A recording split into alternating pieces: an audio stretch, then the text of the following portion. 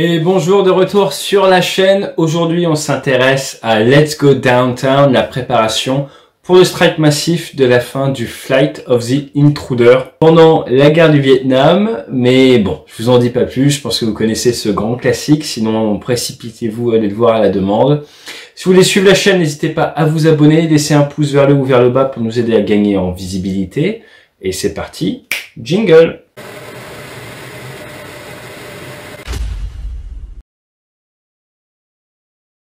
Bon, on va pas discuter pendant des heures, on va directement attaquer cette petite séquence de 2 minutes. Action!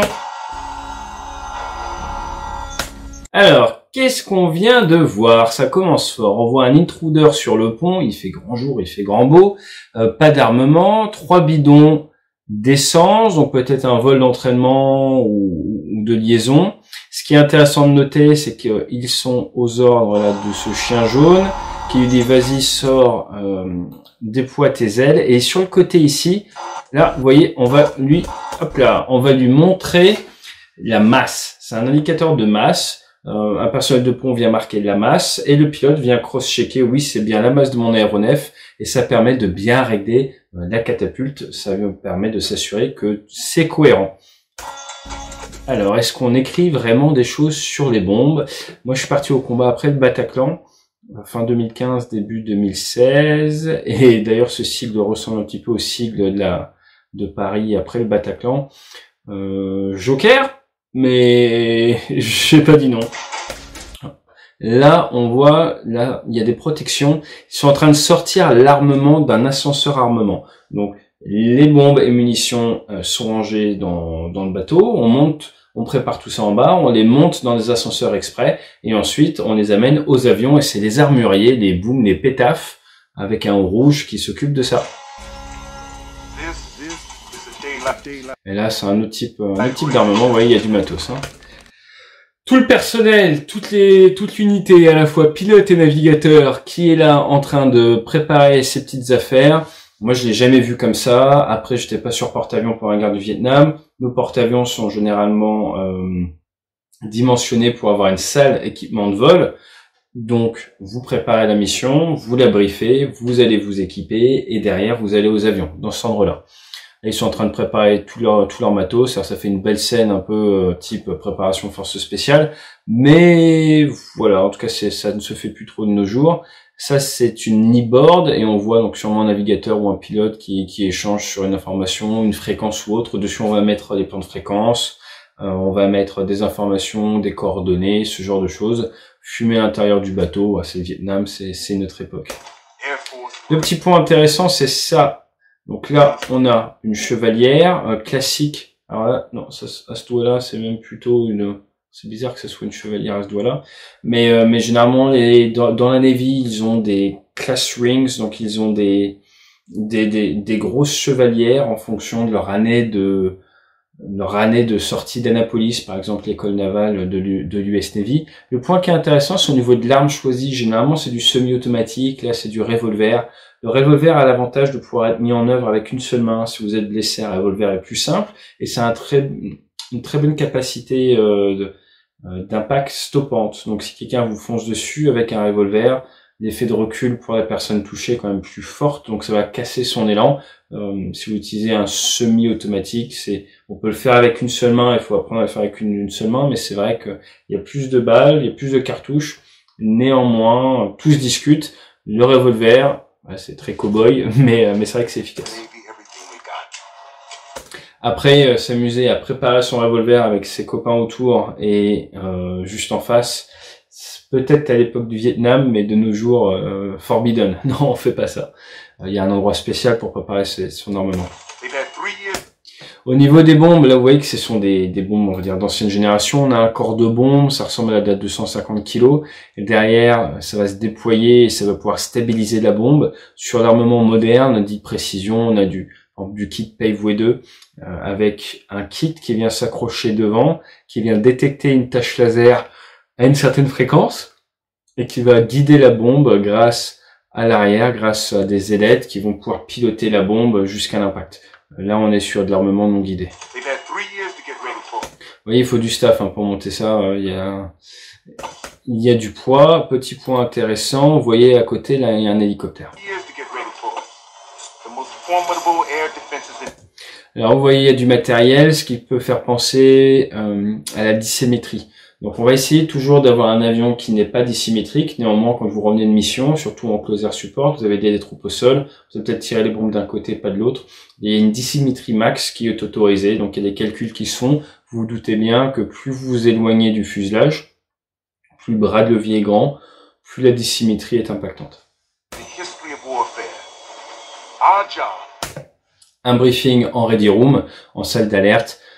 C'est très classique, c'est effectivement là qu'on les fait. Là sur la télé, on voit la recopie de la visualisation d'appontage, donc ça permet de suivre les retours des camarades.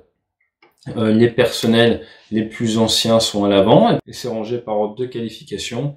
On est un officier renseignement comme ça qui se penche et qui distribue pendant le briefing. Oui, ça c'est, on le voit souvent dans la vraie vie. Au niveau du tableau, qu'est-ce qui a été préparé? On voit de la carte. On voit également l'armement adverse auquel s'attendre. Et là, on a la distribution des dernières photos de reconnaissance. Donc, on a peut-être eu des avions qui viennent de rentrer. On a pu extraire des vidéos de reconnaissance. C'est intéressant. Tout le monde est équipé, sauf lui, mais eux sont tout prêts. Généralement, on va s'équiper après le briefing, mais ça dépend. Et puis, venir au briefing avec son casque sur les genoux, c'est pas pratique, c'est pas confort, ça tient chaud pour rien. Généralement, on a sa kneeboard avec des choses à noter, donc c'est pas super confort. Donc là, on voit clairement le but des intruders, c'est de détruire les SAM. Donc les SAM, c'est quoi? Surface to Air Missiles, des missiles qui vont de la surface à l'air. Donc c'est tout ce qui est défense anti-aérienne. On a deux types. On a les SAM, qui sont des missiles, ils font un radar et ça tire. Guidage soit électromagnétique, soit visuel, soit infrarouge. Et après, on a le AAA, anti-air artillerie. Artillerie anti-aérienne, ça par exemple, c'est de l'artillerie anti-aérienne. Donc l'objectif c'est quoi? L'objectif c'est d'envoyer des avions de la Navy, dans ce cas-là les intruders, en amont, en précurseur, pour nettoyer un petit peu tous les sites de SAM, donc détruire par exemple les radars de poursuite, ce genre de choses, pour rendre incapacitants les autres missiles, les tireurs, de manière après à ce que l'Air Force puisse envoyer ces B-52 qui font la taille d'avion de ligne, qui eux vont arriver avec une multitude de bombes en soute et vont pouvoir un petit peu aplanir les zones qu'il faut aplanir. Donc leur objectif à eux, c'est de rentrer en premier et nettoyer la pièce en fait. Donc ils doivent arriver, nettoyer tous les sites sur le surface air, donc c'est eux qui prennent le plus de risques. Donc c'est un métier très particulier. Voilà, donc s'ils font mal leur travail, les B-52 vont arriver, vont se faire abattre par les systèmes solaires. Là, on voit un pilote qui check son armement, on voit qu'il y a encore la sécurité, on dirait, à poste.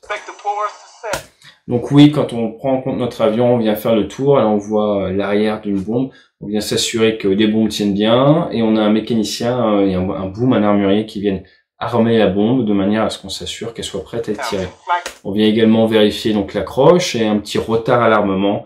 J'en parlerai plus dans une vidéo sur les bombes, mais il y a des réglages possibles pour ces bombes, pour attendre un certain nombre de secondes avant qu'elles soient aptes à exploser. Donc tout ça, ce sont des choses qu'on vérifie.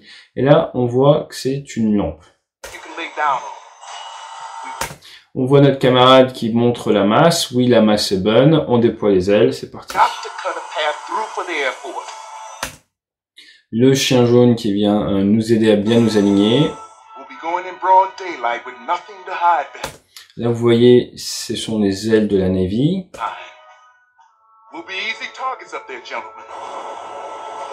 Là, ce qu'on voit, c'est un check ou un réglage sûrement du trim. Là, c'est un déflecteur. Le déflecteur, je m'en refroidis par eau pour pas qu'il fasse trop chaud. Et vous avez donc l'air qui sort du réacteur, qui part vers le haut, plutôt que d'aller abîmer les avions ou le matériel qui est derrière. Ce personnel-là, eux, ce sont des pompiers. On les retrouve ici. Et on a beaucoup de personnel, vous voyez, qui vérifie que tout est bon. Du chien jaune, et lui, ça va être le shooter. Et là, on a des personnes qui appuient sur les commandes. Alors, briefing devant la tour, comme ça. Ils ont déjà briefé en salle d'alerte. Normalement, on briefe en salle d'alerte, on s'équipe, on met les casques sur la tête et on monte sur le pont. On se balade pas normalement sans protection de casque sur le pont. Vous voyez tout le personnel autour. Protection auditive mais ouest ou gilet de survie, on n'a pas le droit normalement d'accéder au pont quand il y a des opérations sans casque. Alors dans certains cas exceptionnels, pourquoi pas photo ou autre, mais normalement on commence pas le briefing en salle d'alerte pour le finir sur le pont, on fait le briefing en salle d'alerte et puis derrière on va aux avions. Mais bon là c'est un moment sympa, c'est Hollywood. Et ça marche bien, hein, c'est super. Donc là vous voyez on a le head-up display, la visualisation tête haute pour le pilote, et là c'est une chaussette comme on dit pour le navigateur, le système d'armes qui puisse bien regarder et pas être ébloui par la luminosité. Ça c'est le shooter, c'est un officier généralement, il vient s'assurer que tout est bon pour pouvoir catapulter l'avion et c'est lui qui donne l'ordre.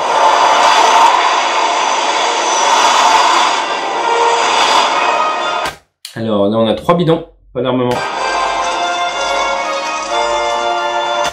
Tuer notre camarade. Alors là, ça c'est un pod de ravitaillement, on dirait. Les petites hélices qu'on peut libérer, qui sont d'habitude freinées, on libère, ça tourne, ça crée de la pression hydraulique qui derrière permet de sortir le tuyau et permet de ravitailler les camarades. Et vous allez voir petit faux raccord. Donc là on a un avion avec un pod de ravitaillement. Et là maintenant sur cette vue-là, on a un avion et pas d'hélice, donc c'est pas avec un pod de ravitaillement. Là, on voit l'hélicoptère et on voit d'autres avions prêts à être catapultés derrière. Vous voyez, pareil, il y a du matos sous les ailes, 6 bombes. Alors lui, son rôle n'est pas vraiment de détecter les sites solaires, c'est plus du bombardement classique.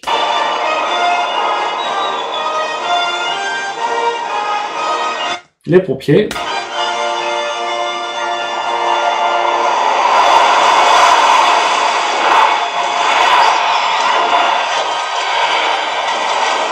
Alors celui-là est bien armé.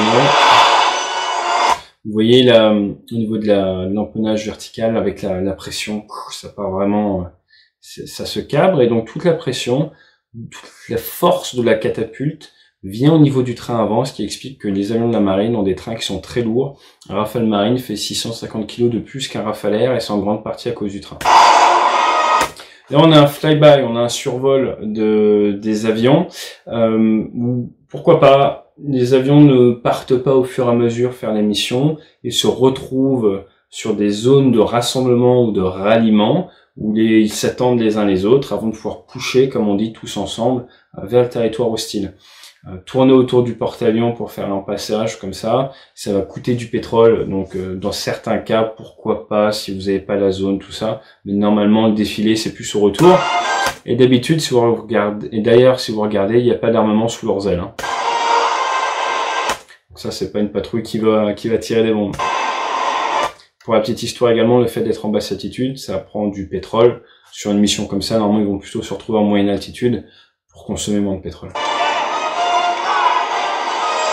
Ça, c'est un avion, deux avions au retour, cross-sortie. Alors généralement, quand même, on se présente sur la droite du porte-avions. Après, c'est Vietnam, c'est peut-être une procédure différente à l'époque. Et là, vous voyez, il y a du matériel en dessous.